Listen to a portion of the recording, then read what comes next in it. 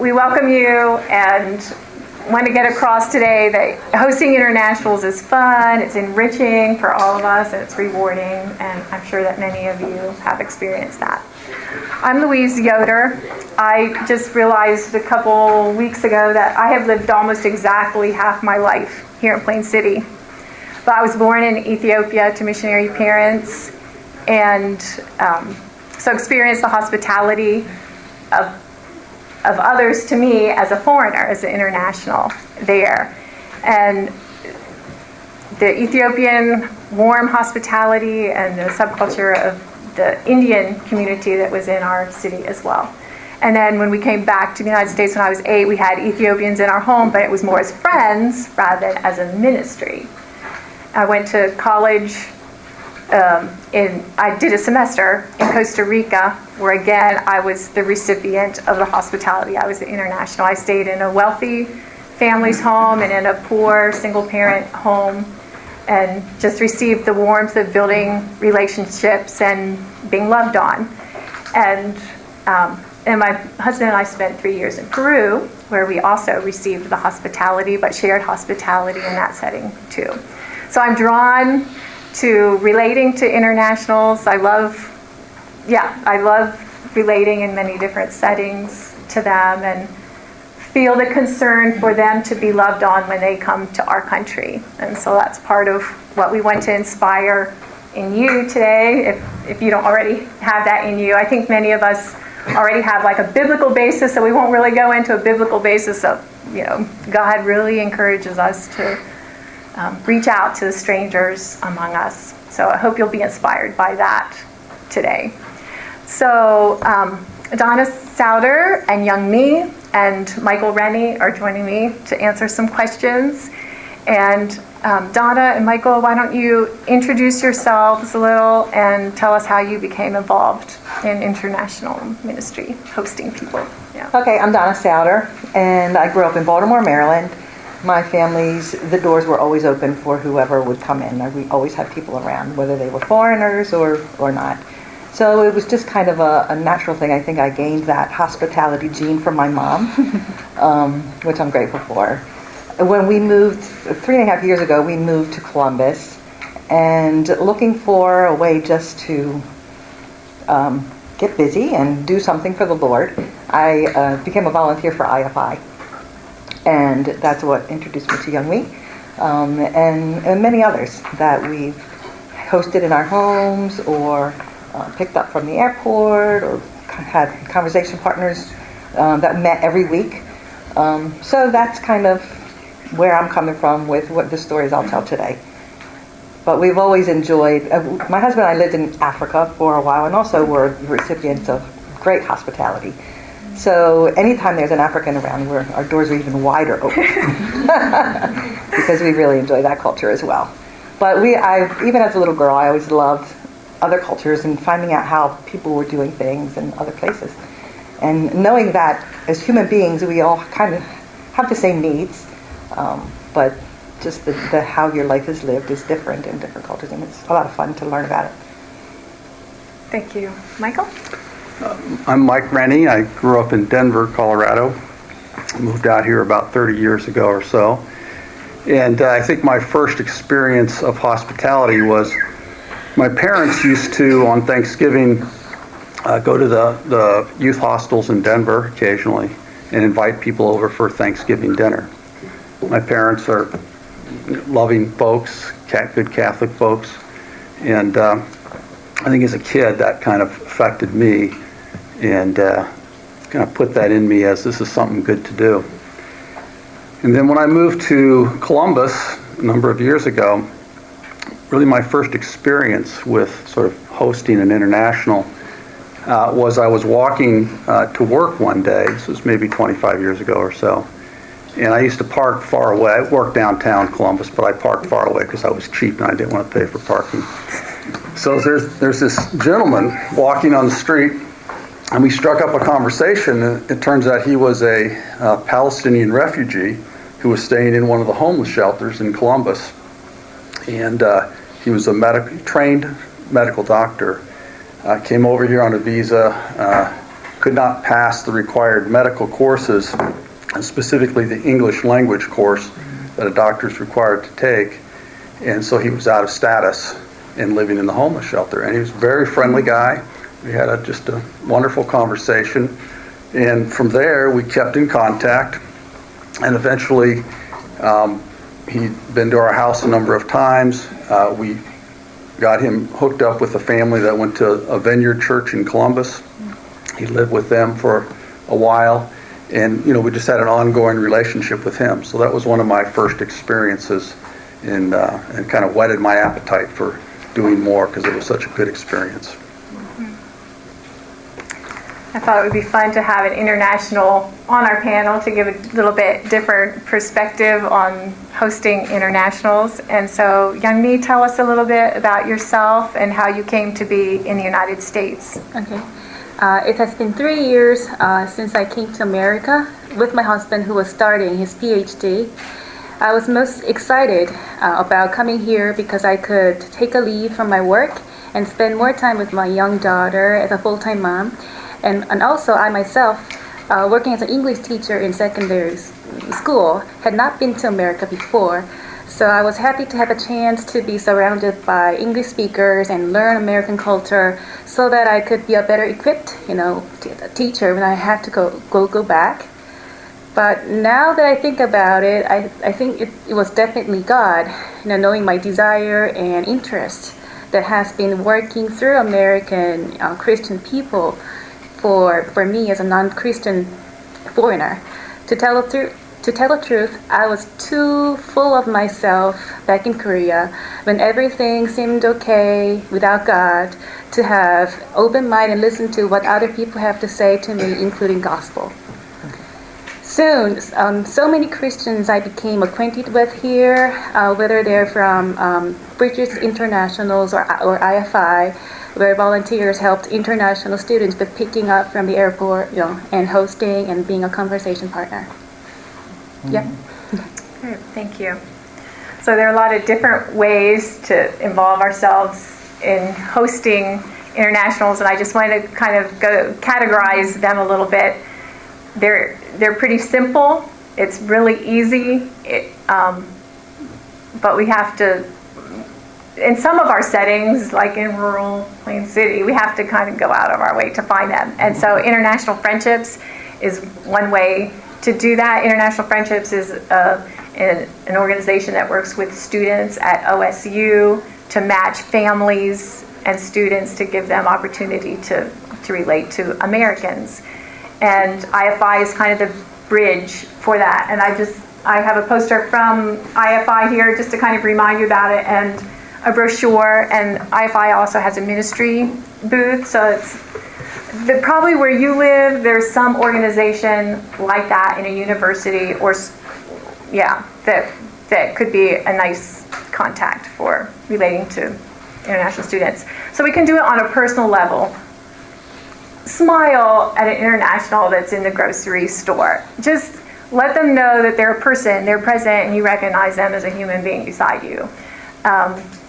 Getting involved in one-on-one language learning or airport pickup, like through an organization like IFI with students.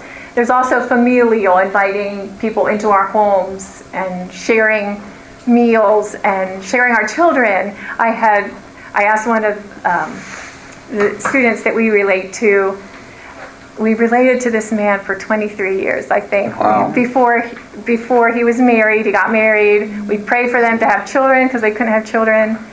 And they now have 2 boys. And he talked about how interesting, how he loved watching our children and watching us parent. So that can be a really important part of ministering to internationals. So don't think you can't do it if you have children. Taking them to picnics or baseball games or parks or whatever. And then there's also church hosting, sponsoring a refugee family, or becoming a sanctuary church for undocumented immigrants, or a national, working with MCC to raise awareness of the plight of asylum seekers, or international, serving in a refugee camp. So there are lots of different ways. Yeah. So hopefully some of those ideas will come out in our conversation here. Why don't you choose one of the categories, Donna and then Michael, and share a story from someone that you learned to know. Well, I want to share two, if I can. Sure, that's fine. One was an airport pickup.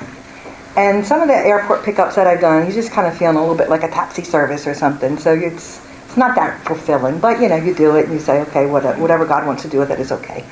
But this one time, what IFI tells you is, especially somebody that's come from China, they've had a long plane ride, and they might be hungry. So if they want to go out and get something to eat, so that's what we did before I took her over to OSU, and just sitting there chatting, we found out we had the same birthday, and she couldn't believe it. She was just like, "Well, tell me what your sign is. The zodiac sign." Well, I don't believe in all that, so I have no idea. So she wouldn't believe me till I pulled out my license and told her. She thought I was just joking with her.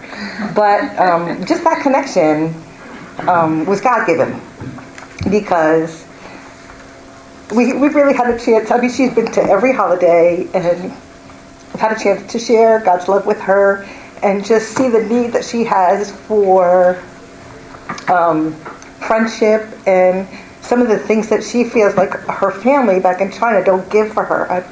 I told her, I said, God made you to have, thank you, to have a relationship with Him. So that's that longing you're feeling in your heart.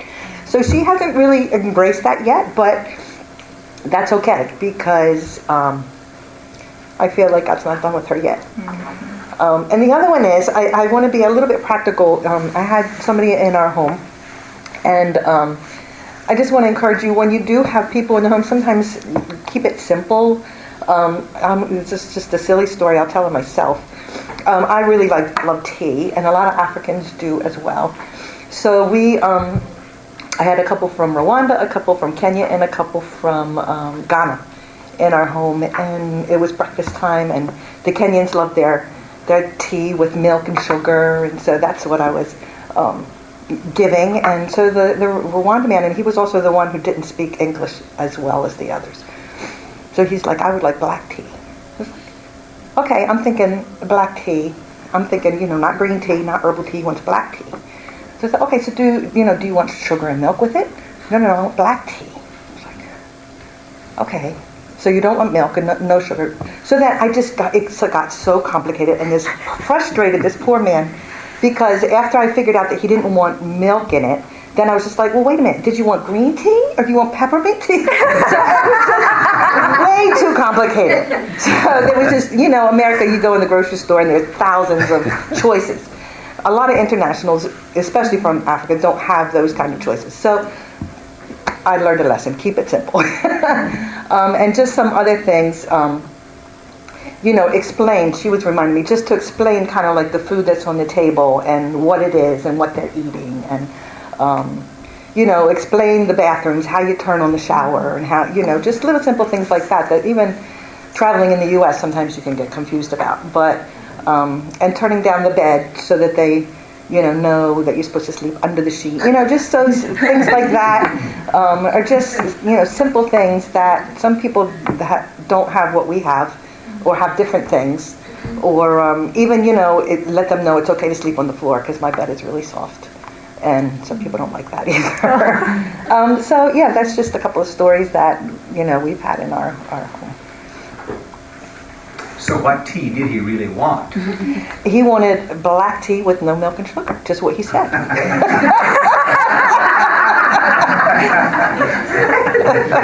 His wife finds it, just give him that. And then the next day he's like, I want what you gave me yesterday.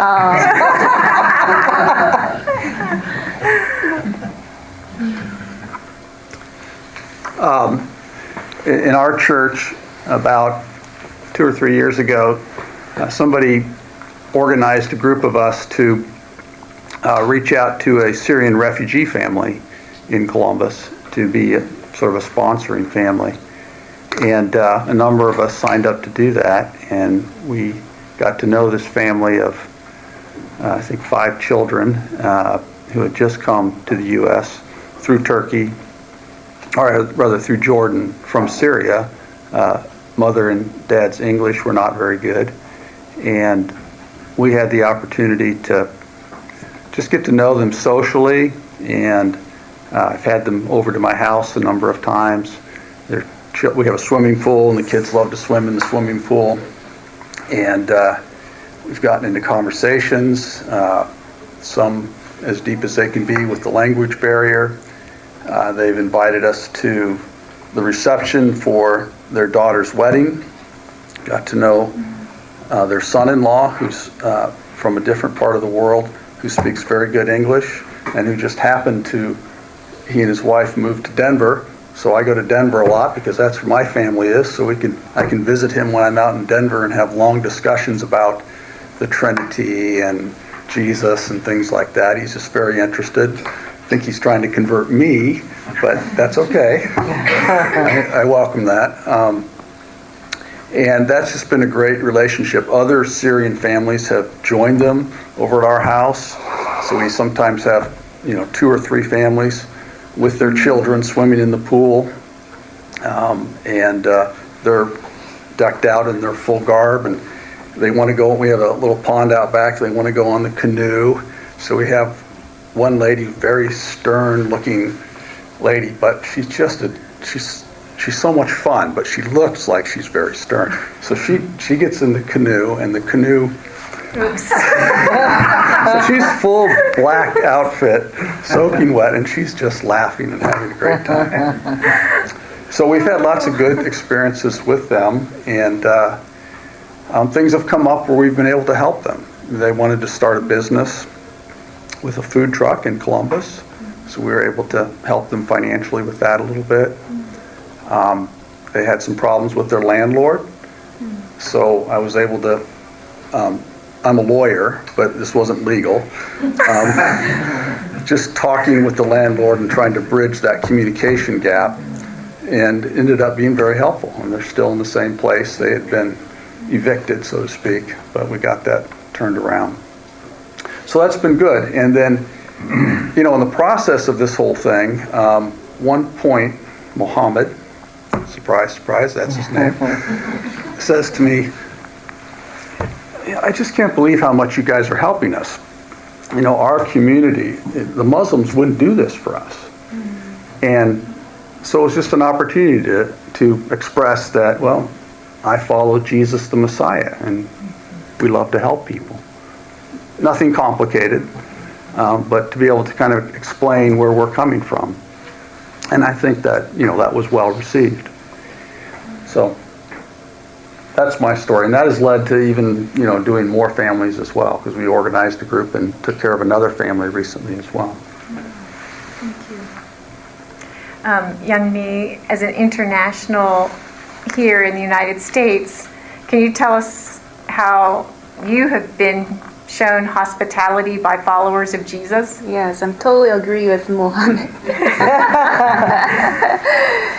As a stranger here and being a nobody here, without work, without my family and friends, it was I was very thankful to American Christians for their willing to help my family.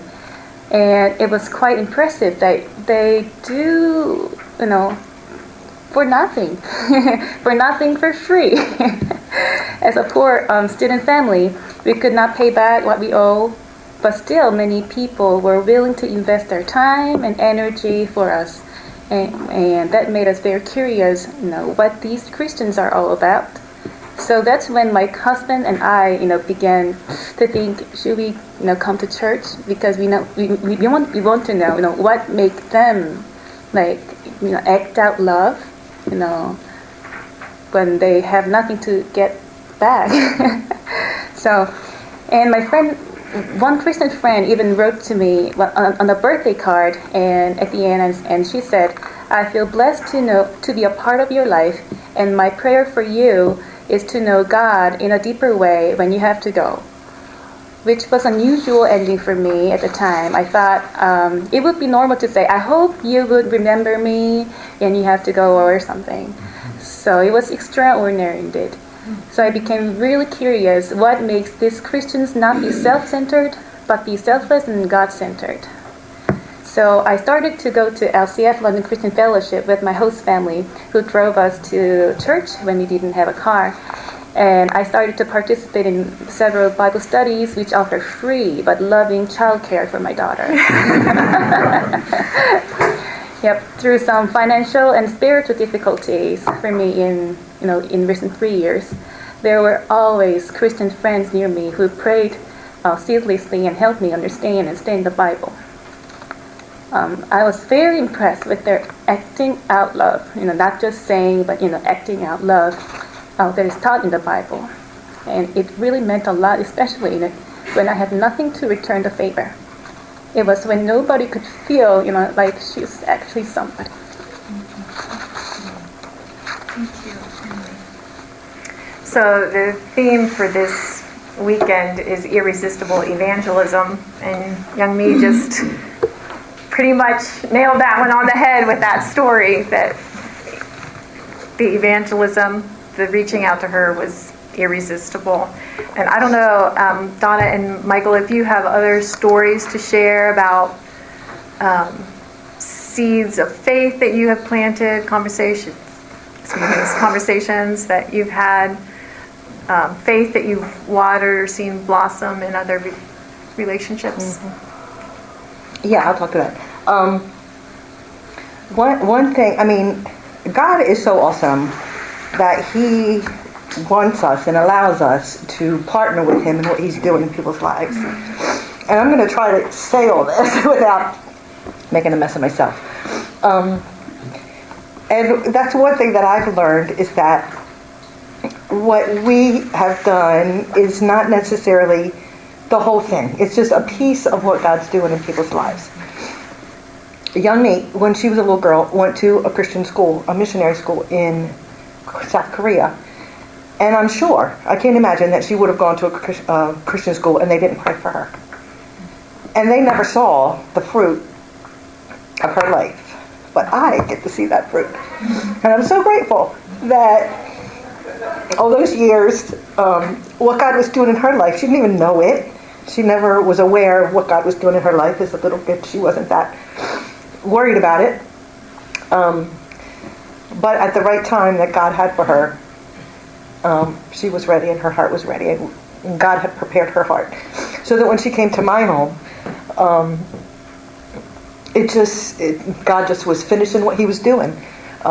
When they came, their big luggage didn't make it. And so I was just like, I want her and her husband to know that God really cares about those things. So we prayed I felt like it was pretty, I felt like I was putting my faith out there a little bit, and just like, well, God, what if it doesn't come? What are they going to think about you? But I was just like, well, God can take care of Himself. So we really prayed that that luggage would come, and it did. And then we celebrated that God had answered that prayer. Because I wanted them to know that God did care for them. And then when Sunday came along, they were at our house on Sunday. We said, did they want to come to church with us? And they did. And as soon as they walked in, a couple at the church, the woman was trying to learn Korean and greeted her in Korean and was just so excited to see her. So God just did it. And it's so beautiful. But she gave me a choice, would you rather stay here or would you rather go to Korean church? Because we were talking about, it's easier to go to Korean church if, and get some help, and then would you rather come with us? And to be truth, we wanted to, return our favor, so we chose to follow you, because you gave us, the picking up, and you did so much, fixing the breakfast, and so that's how it started. And I didn't know that they prayed for us, but she told me, but they prayed for us, for us to come with them to church, right? Yeah, we wanted to tell you all about God. Yeah. So I guess my point is that we just did a little part, and we spoke up and did what God put in our hearts to do. Then the other side of that is that we were able to see that fruit, and we're so grateful. But we've had other people in our homes that weren't at that place. This other girl from China came and we hosted her. She was a young girl. She was a undergrad, so she was very young. And she worried me to death because she was just not flexible and was not ready to embrace a new culture. And that was pretty obvious from being in our home. So I was just very worried about her. She had a lot of pressure on her from her Chinese mom that she wasn't very pretty, that she was fat. And, it just broke my heart. And I just said, I said, Moonshine, you are made just the way God wanted you to be made. So I have a feeling that was like the first time she had ever heard anything about God and that she was special to him. And I was honored to be the first person to tell her that. So whether it's the last person before this step of faith or the first person, I just want to be, and what we need to be is faithful to God and what he tells us to share with our international friends and really with anybody. It's with anybody. So that's Thank you. Thank you, Donna. And when I was not a truly believer, when I just came to church with them, we were having financial difficulties, and we had bubble tea. And then just before I get off the car, she said, "Young Mi, can I pray for you?" And yes, and she prayed for me, and I was so thankful that I could feel that she is concerned, about my situation through prayer, but also I could feel like stronger feeling because she says, Bible is God's words. So if she mentions God's words, then it could be more powerful, So I could, through her prayers, I could feel like her love toward me, and also like God's promise, what that verse, riches and glory, heaven. Oh yeah. Galatians. Yeah. Cut me off guard. I have, Philippians 4:10. And my God will supply every need of yours according to his riches and glory in Christ Jesus. Yes, that's my favorite.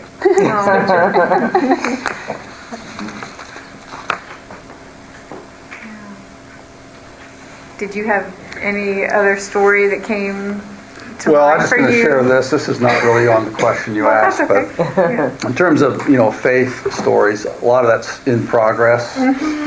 But just in terms of the reward that we get from doing this is just tremendous. I mean, just everybody that we have been involved with has been incredibly thankful to us for what we've done. And that in and of itself is very, very rewarding to hear them. And it's sincere gratitude. We had one gentleman from China whose name was Frank. Not his real name, but that's what he went by because he didn't think we could say his real name. Which you probably couldn't. Which I probably couldn't. And he was actually the first international we picked up at the airport through IFI. Frank was a wonderful guy, very friendly, loved to talk, and we loved to talk, so we all just talked for hours and hours. And he was, the only child in his family, as is pretty common with a lot of the Chinese families. And his mother was just, she loved her son, and he was everything to her. And she was so grateful to us that we were hosting him. And she began to send us Christmas gifts. And then when she came to visit him, she came and stayed at our house. So we had a relationship with Frank's mother as well. And we still are in contact with Frank. He's still in the United States. It's probably been about 7 years. But the whole rewarding aspect of it, I mean, it's just tremendously rewarding. And sometimes I've felt in relating to internationals, I don't quite know how to share Christ with them. I don't know quite what to say. My personality isn't that bold in evangelism, really. And I remind myself that God has brought these people into my life. He didn't bring them into your life. He brought them into my life, and he has a purpose for me to grow, for them to grow. The man that I talked about earlier, sent me a little reflection about their learning to know our family. And he said he wasn't looking for faith or religion. He said when he came to IFI, the International Friendships, they wanted him to go to Bible study, and he wasn't really looking for religion. He's Chinese. And he considered himself an atheist. And he has appreciated our friendship and loves our family like their own. They come every year for Thanksgiving. They're coming next weekend because they didn't come at Thanksgiving because someone was sick, whatever. But he said he has become an agnostic now. So maybe that's, one small step. I don't know if you consider that a step or not. But it was interesting to kind of hear him reflecting on his time in the United States and with our family, and pray that God will continue moving in their hearts. They sent us a note after their 2 boys were born, and they believed at that time that God had answered our prayer for them to have children. And so, we let those seeds there to grow and blossom. I'm going to open it up just for a little bit for you if you have any questions or stories that have been triggered in your minds, and I can come back to some questions for the panel. But what's a story of relating to internationals that's been triggered in your minds, or some thoughts that are running through your minds at this point? I'm thinking along slightly different lines, but we need to be gracious in receiving the gifts of the people that we host, because, and I recognize in myself that I don't always understand the meanings behind those gifts, but we can simply be gracious in receiving, even when sometimes it's difficult to receive something. Be gracious and kind. Are you thinking of something in particular, Ben? I can think of a number of stories where, because I've been hosted in many international homes, but sometimes there are things that are hard to receive. And just this one quick story about in Cuba, most of the people are very poor, and we were invited to a home for a meal, and she had gone out to the markets trying to find food for us, and she came back and she had this beautiful green fresh lettuce. And so she's going around showing us this lettuce, and I was too dense to catch on to what's happening here, because lettuce is lettuce. But to her, this was something really special, as a very special gift to us as international visitors. And I don't think I properly expressed my admiration and appreciation because I didn't understand what that gift meant. A very simple thing.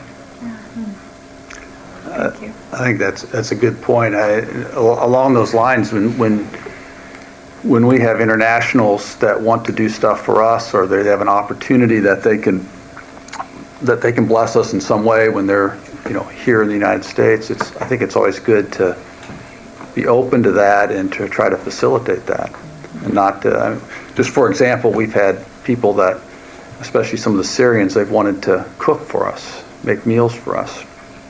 We welcome that. I mean, we love the food, but even if we didn't love the food, we welcome. You eat it anyway. We eat it anyway, and it's their way of giving back, and we would not want to do that. We want to make sure they have the opportunity to give too. Yeah. I'm just curious, when you host internationals for a meal, do you try to cook the way that they would at home? Or do you just make what you make? And we hosted some Germany boys, and I didn't know what to make because I don't know what they eat. But I made chocolate chip cookies, and those boys, and we had them for 4 days, and I seriously think we went through, there's just 4 of them, I think we went through 10 dozen cookies. I could not keep them on the table, but I would have had no idea. So how do you know what to make that they will love? It's my husband and I. We always have this discussion, because he's just like, "Oh, you're having somebody from India. You got to cook Indian food." It's like, I can't cook it like they cook it, so why should I even bother? You know, it's not going to be authentic or whatever. But we do try to do things, like we do try to do like rice and something simple, like chicken and rice. Most people like chicken and rice. So just simple. We try to be simple. Maybe, I don't know what else we cooked for you. I mean, I don't remember for myself, but I remember my daughter, like less than 3 years old, being very cranky, and she has particular taste about what she eats. She loves rice, but she couldn't, find rice on the table, and she said, rice, rice, rice, and and she would say, what is she talking about? And do you have a rice, or something, and she had some rice in the refrigerator, and yes. So most Asians eat rice, even in the morning, usually. Okay. So it was good, you had the rice. Yeah, good to have rice on hand. Yeah. When Howard and I began in our time here in Plain City to invite international students for Thanksgiving, and rather than having it a big old family gathering, we said we're going to invite international students to our home for Thanksgiving. And we would do the turkey meal. Turkey, mashed potatoes, whatever. And it was a lot of work for me because I didn't have other people helping. But through the years, so Ben and his family, we've had year after year, and I finally caught on that they probably really don't like turkey. So we've started, they offered to bring ham one year. I'm like, okay, yeah, bring the ham, and we'll do ham instead of turkey. So I think probably by next year, it took me 20 years to figure this out, but, we'll probably, I don't know, we might make rice and stir fries or something for them. But if I'm going to another country, I enjoy eating what the local people eat. I want to try that. And I don't know if everyone is like that, but it's a good start. And then have some rice in the refrigerator. I don't know. Does anyone else have a comment about that? We had an experience where we were hosting some boys from an African choir, and I had gotten up early and made a coffee cake and all this stuff, and then I had some hard-boiled eggs in the refrigerator that I pulled out at the last minute. They ate little tiny slices of the coffee cake and wiped me out of all of the eggs. Total opposite of what I expected, but they were used to the eggs and were not used to the coffee cake. And but we also have hosted, we have Bridges International, they bring a group of 50 to 70 college age kids over to our community to experience farm life. And we hosted 2 young men that were from, I'm trying to remember, they were from, I can't remember. But they had never carved. It was around Halloween, and we carved pumpkins with them. And I made meatloaf and mashed potato, a typical American meal, because it was something they'd never had anything like that. So it was interesting, and to see them try to figure out how to carve a pumpkin was really interesting. They were like, "What is this thing?" And they and also just to use something that we weren't going to eat it then too was really kind of hard for them to wrap their minds around. So that's interesting comment. Yeah. I think the harder thing is knowing whether there's religious food intolerances. If somebody can tell you they don't eat pork or whatever, but if you don't know, you're kind of like, okay, maybe you have a couple choices. Yeah. I mean, there may not be one answer for every person because these are individuals that we're talking about. So if you can ask the person, sometimes that helps too. Because we lived in Kenya for a while, so I can cook Kenyan food. When I have my Kenyan or Ethiopian friends over, I'll just ask them, do you want me to, because I can do that. Do you want me to cook what injera? Or do you want me to make something American? So if you have the opportunity to ask, hopefully they feel able to tell you. And often you don't have the opportunity though, so almost try to do a little bit of both, because I think they can also really appreciate, I don't know if anyone else in Kansas makes injera, so the fact that I can do that is really, and that I've researched and practiced, and that I can do that, can also be very meaningful if you can make something from their culture, because it shows that you took the time to think about where they're coming from. but also it can be hard, and you won't make it quite the way that they do. So it is kind of a hard balance to get at, because I think they also want to learn from you and enjoy chocolates with cookies. So I don't know. I think it might just kind of have to be a case-by-case basis. But whatever you fix, for international adults, like not kids, they will be very, appreciate, that you fixed some American food, and that food would be their first experience, like first meatloaf. Like Don Ice's first meatloaf that my husband tried, so he remembers that taste, forever. And Don Ice is his favorite. So like yours will be, their favorite and first experience that they will never forget. So whatever, yeah. Serving in India for the past 24 years has been extremely a lot of challenges, especially to the hospitality that India has where we live. And Indians are wonderful people. We've gone out to villages where they would bring everything, try to get chicken for us because they know we like chicken, and maybe potatoes and a Pepsi or a Coca-Cola, which they would not have. But long ago, I used to say, yes, we're American, we're going to show you all about America. So I invite we have about 57 people on staff. We serve in Varanasi, India, in the north part of India. And I used to think, well, let's make fried chicken, mashed potatoes, green beans and all this, And oh yes, they'd come over, oh, that's very nice, They'd sit there and eat. Then after the dinner, they'd go home and have dinner. So basically, when I invite, we have, our staff, and then there's some Hindu people that we have over for dinner.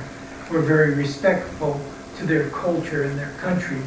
So what we do now, when they come over for dinner, we just make very real Indian food, like the rice and the curries and the dal, the lentil beans, and they enjoy it. Now, India is changing. The younger generation, they like the hamburgers or the chicken burgers and the hot dogs and stuff like that. But traditionally, India is still very much into their tradition of what they eat, and it's most of Asia is rice. That's almost like without rice, you don't have a dinner. It's not a dinner. You have to have rice. So we've learned without rice. I remember one time, this was maybe about 15 years ago, we had some of our DTS staff, they came to have dinner with us for the first time. And I said, yeah, I'm going to go get a nice big chicken. We're going to make honey and mustard chicken. I don't know if you remember the days when they used to make honey mustard chicken. And so we made this big batch of honey mustard chicken and mashed potatoes. And these families, two families, husband and wives, they sat down and they go, what is this? I go, that's honey mustard. They say, sweet chicken, sweet chicken. I said, well, it's honey and mustard combined. And they would say, oh, very interesting. Is this the kind of chicken they have in America? No, sometimes. I said, okay, no problem. See, because Indians will agree with you even if they don't like it. They're very respectful of you, You could give them anything and they'll go ahead and eat it, even though they'll go home and have their rice and dal. But we learned many years ago to try, and we host many people. In the country of India, we have at least 15 to 20 people come through our house every day. They're doing, oh, hello, come in. So when you cook meals, like if it's lunchtime or dinner, well, they eat very many different hours. We don't eat dinner till 7, 8 o'clock at night. But you always make enough for more than yourself, because you might have somebody hospitality. Thank you. Hosting us. Yeah, nice. I'm going to ask Yanmi a question. What observations have you made about how you've been hosted here by Americans, and contrast that with how your culture would host foreigners or people? Yeah. I don't have many things to talk about, but because I've been hosted my relatives in Korea, not strangers. Okay. So, but I think welcoming guests with delicious food and trying to make them feel comfortable is in common. But Yes, and I just find some cultural differences, not, like in terms of food, like rice, and like taking, like having the shoes on in the house, because we usually, take off the shoes. So if I feel weird, I act like normal, but I still feel weird if I should, have my shoes on, But yeah, and then also like bedding, like we are used to bed, but with young kids, we would better just lay down the floor with some mattress, So when I visited Donna's, they had high, bed. So how should I lay down my kid, like in the middle, or, So we just use the blanket, and then we could just put it in the floor and let her sleep there and then down. So different. And all the American things are so high, I think, compared to what is in Korea. So sink is very high up there, so my daughter needs a chair to sit, to wash her hands, and beds and everything is so high because you're so tall and big, I think. And also one more big difference is greeting. In Asian, I think most Asian countries, including Korea, we just bow our heads to elders and try not to stare, make eye contact with elders, because it could, it is, we think it is impolite thing. So here I was awkward, like hi, hi. I just couldn't, help bowing, but and also like hugging. We don't hug. We don't hug. So especially men to women, I've never thought about hugging, without, except they're like in relationship, like husbands or boyfriends. So I felt, I feel hostility when they, try to hug, and it's okay because I'm in America, I want to try it, but I feel awkward, how should I go right way or left way, or what? Or what if I bump into, their with the faces, and it happened once, so I think if you host internationally, it's better to, explain, like we are used to hug, and if you go this way, or you can hug like sideways, or if you explain it to us, then it will be we'll feel comfortable. Okay. Yes. Yeah. That's very interesting. Yes. Yeah. Some Americans don't know which way to go either. In Latin America, they know which way to go. So yeah. Anyway.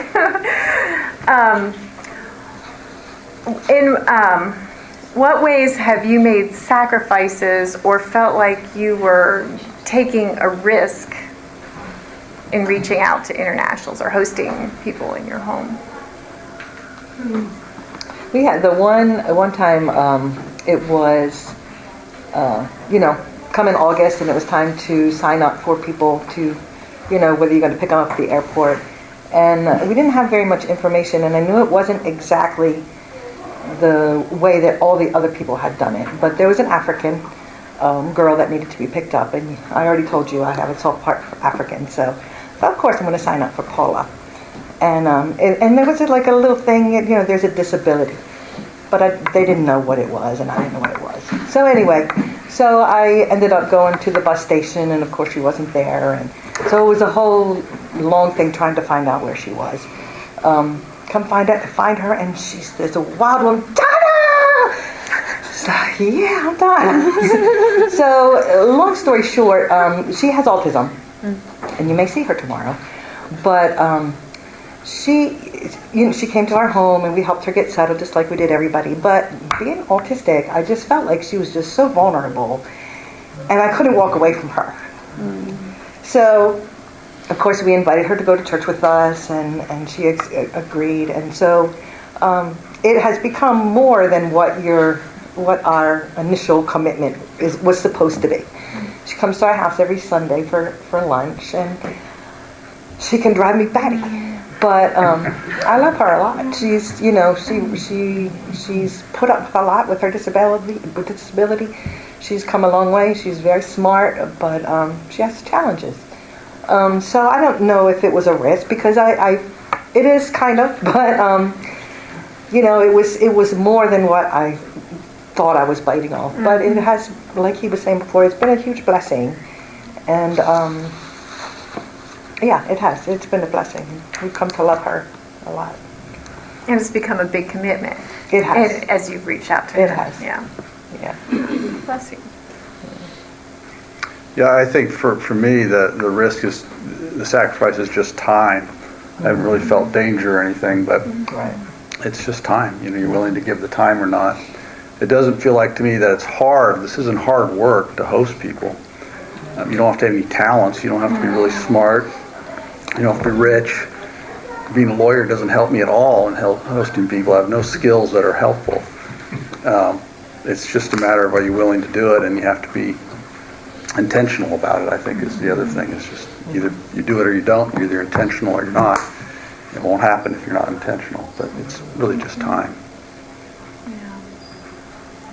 We had a situation in our home where we had a gal that came for a Thanksgiving dinner, and she was very friendly, and we kept in contact with her. She was in our home a couple times, and one summer she wanted to help with our edamame enterprise, and so we invited her to come help, stay overnight, help with the process the next day.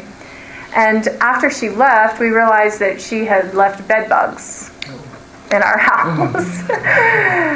And so we took care of them, but it was kind of a process. And I was like, I don't know if we can have her back again. It's like, kind of dread. Maybe we can have her for meals, but not overnight. And then I felt the prompting of the Holy Spirit and felt this nudge that, Louise, you are willing to die for me. You have to be willing to have bed bugs in your house and be willing to take that kind of risk. That woman has since called us, and she stayed in our home all last summer. She called us in a time of crisis, a domestic abuse situation, and asked if she could have a safe haven in our home. And I didn't have any hesitation to let her come to our house, and she's become like a daughter to us. She calls us mom and dad, and yeah. So, and that's a real interesting story on its own. But yeah, we risk, but we also give a lot in love to others. Have you had any experiences reaching out, or having internationals reach out to you in their time of crisis? Like our Chinese friend calling you, Yeah, there was one, there's been several. There was one girl from Ghana that was in our home who had run away from home because her life was threatened. She was a believer, and she was staying with us, and when she was there, found out that her mom died. That was really difficult to walk through her with that. Come to find out, after she kind of talked to different relatives and stuff, she found out that her mother was a believer as well. So it was a beautiful thing to walk through it with her, but it was difficult. Mm-hmm. It was really difficult. Mm-hmm. And she couldn't go home. So, I was her surrogate mom, mm-hmm. and she's actually getting married in a couple weeks, and I'll be going to New Hampshire to her wedding. Yeah. So the long haul of the relationship does really provide reward, and it does. Yeah, it does. In that situation. It does. Yeah. And I've also just not quite as heavy become the mom to so many of the girls that we have hosted when they have the difficult boyfriend relationships, and this one girl was totally screwed. They come running, mm-hmm. and you just cry with them and encourage them, and so it happens quite often. They don't know who else to turn to. That they really know that that I care about them. Uh-huh. We've established that, that relationship from being one of the first people in the U.S. that they had contacted and gotten close to. So yeah, we've become safe. I think we're Yeah. safe. Yeah. The gentleman, the Syrian refugee, the Palestinian refugee who I met 25 years ago, ended up in deportation actions, and so he needed help. And again, I didn't do the lawyer thing because I don't do immigration, but I went up to Cleveland and was a character witness for him and tried to help him, as I could. Not successfully, unfortunately. He did get deported, but. And then on the lighter side, I know that from some of the Chinese students we've had for dinners and stuff, I know one of the women contacted my wife once. She wanted to go to some concert with some guy's got red hair. He's real famous. I don't know. You guys, who's the redhead singer guy? Ed Sheeran? Who? Ed Sheeran? Yeah, Ed Sheeran. And she didn't have anybody to go with, so she invited my wife to go, so they went to Ed Sheeran. You can see Marietta doing that, can't you? Well, it's about time to wrap up here. I don't know if anyone is burning with a story from your own experiences. Be glad to hear a story or two yet. I have a question. Mm-hmm. And I mean, you mentioned a couple of times about not doing the lawyer thing, but I mean, we all know that the Trump with the Mexican border and all that issues, our area does have, I think, quite a few illegal immigrants from Mexico, and well, I personally have not had an opportunity to relate to him. I just have heard stories, and I grade Spanish Bible studies for Gospel Echoes, and then it usually comes out that that's why a lot of these Spanish people are in jail because of being illegal. So then I just have to write notes and counsel them on the Bible studies. But how do you? I just naturally just love internationals. I mean, it's just who I am. But how do you handle that situation when they are, like illegal? Oh no, it's just. I don't know that you need to do about that. I mean, you don't have to. It's fine that they're illegal. I try to hook them up with a lawyer who knows what they're doing. For my friend Usama, that's, I tried to find somebody that did immigration law to help him. But beyond that, I mean, there's no issue that I know of with helping somebody who's out of status. You don't have to go turn them in or something. And nor would I. Does that answer your question? Are you feeling like you're in a position that you need to be addressing that? Well, not at this point. I mean, like at the school, one time, the school, there was a little boy in grade school and the guidance counselor of the elementary was asking me some questions knowing that we had just come back from Mexico. And I gave some suggestions, and I kind of wanted to help in and, but I felt like the school didn't want me to get involved because I would, take them under my wings and I would,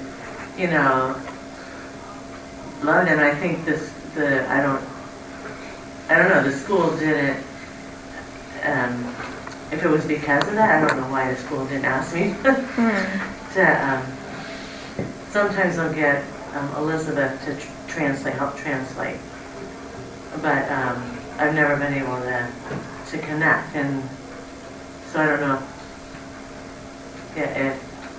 if the school didn't like that I was, going to help them or if the school was against that. I don't know why, but yeah. I just. Did you have a story? No, I had a question. Okay, go for it. Maybe this is almost like a rhetorical question, I don't know, but I'd be interested in hearing from any or all of you what you think are the qualities in relating effectively to internationals as they come to us? What is foundational and most important? Back to the panel. I would just say loving on them. I mean, you know, as basic as that is, to welcome them, to love them. I think that's the basic, you know, to show well, I also think to let them know also where that love is coming from. Mm-hmm. Not that I'm automatically a loving person, it's because of Jesus. Sometimes I think it's, as Mennonites, we do, and sometimes we don't always give voice to why it is that we're doing it. So I think that's important as well. I'm still trying to learn that. Yeah.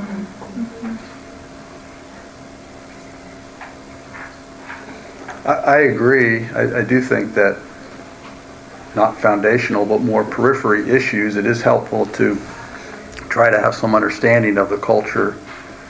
You know, I don't think you have to do that, but you should try to do that, and it's helpful. So, you know, for example, you can disagree with me if you want, but maybe Chinese, Korean students in general will defer to you. They're so polite.